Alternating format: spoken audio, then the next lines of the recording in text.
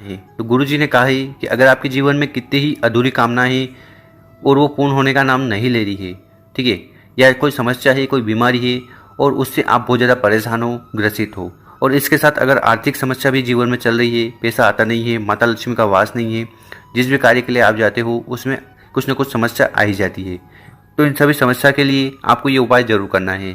तो आपको लेना है 2 बूंद शहद और चंदन।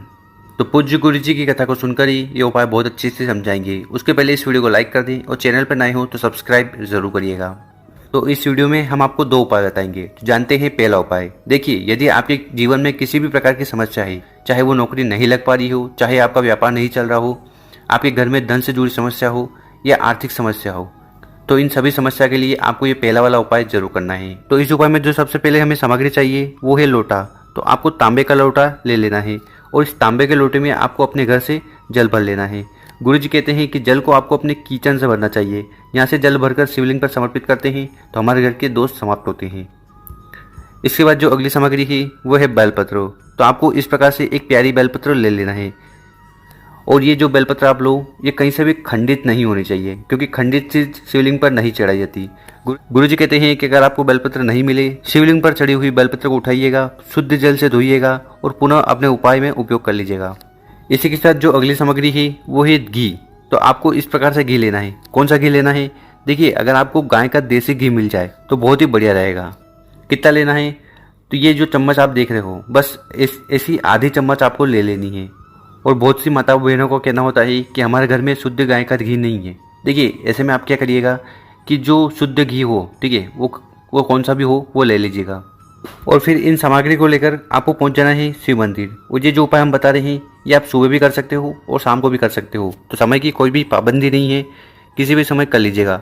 और शिव मंदिर में जाकर सबसे पहले आपको दक्षिण दिशा की तरफ खड़े हो जाना है और आपका जो चेहरा होगा वो उत्तर दिशा की तरफ होना चाहिए।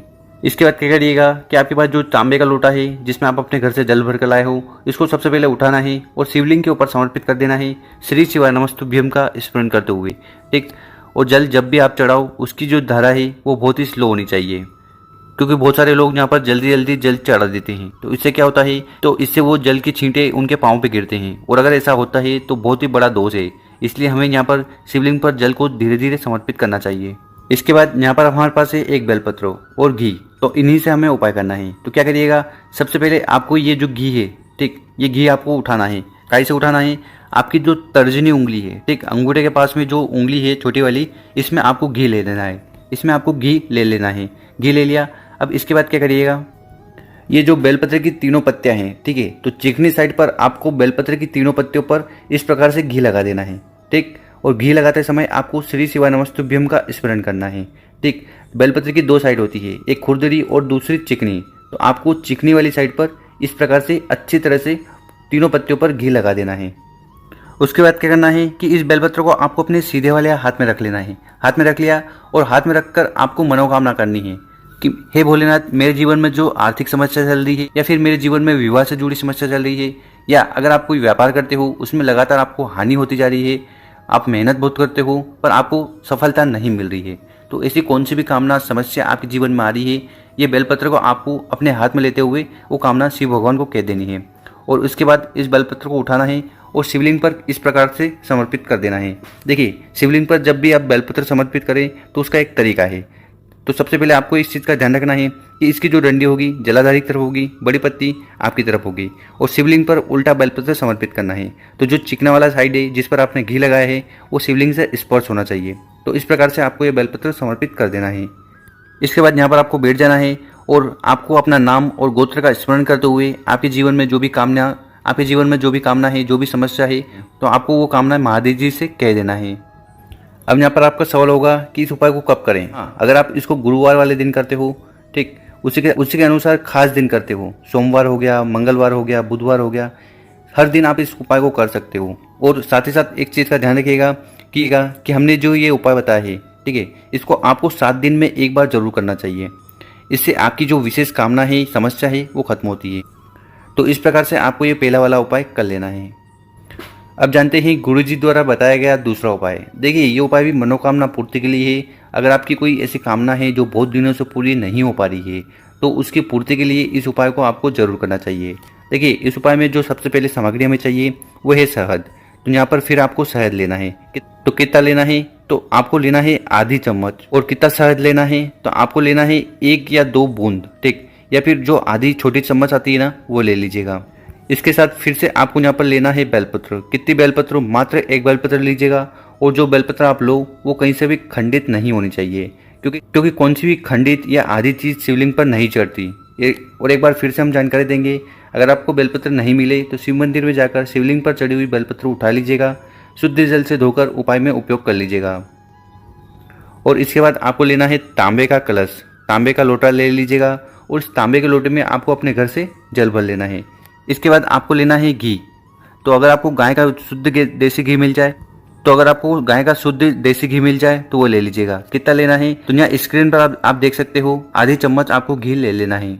इसके बाद आपको लेना है लाल चंदन, ठीक है, तो लाल चंदन ले लीजिएगा। और जब भी लाल चंदन की बात करें तो गुरुजी जानकारी देते हैं कि आपको इस प्रकार से लकड़ी लेनी है, ठीक। तो इस लकड़ी को आपको घिस लेना है सिलबट्टे पर, और सिलबट्टे पर लकड़ी को घिस कर इस प्रकार से आपको पाउडर बना लेना है। अगर इस प्रकार से आप लकड़ी का पाउडर बनाकर उपाय करते हो तो उसका ज़्यादा महत्व है।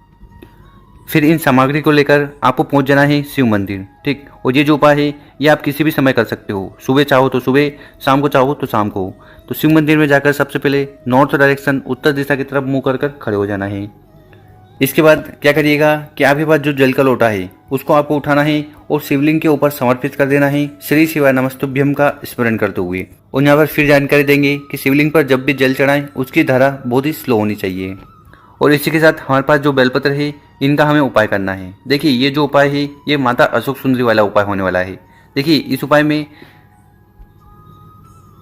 देखिए दोस्तों, ये जो उपाय है ये विशेषकर माता अशोक सुंदरी वाला उपाय है, यानी कि भगवान शिव की जो सबसे छोटी पुत्री है उनके लिए आपको ये विशेषकर उपाय करना है। तो अगर आप माता अशोक सुंदरी जी को प्रसन्न करते हैं तो आपकी जो कामना है वो जल्द पूर्ण होगी। तो इनसे हमें उपाय करना है। इसके बाद क्या करना है कि आपके पास है लाल चंदन और घी, ठीक। तो क्या करिएगा, सबसे पहले इस लाल चंदन में आपको थोड़ा जल मिला देना है और इसका पेस्ट तैयार कर लेना है। पेस्ट तैयार कर लिया। इसके बाद इस लाल चंदन को आपको जो बड़ी बेलपत्र की जो बड़ी पत्ती होती है ना उस पर इस प्रकार से लेपन कर देना है, काय का, लाल चंदन का। और लेपन करते समय श्री शिवाय नमस्तुभ्यम का स्मरण करना है।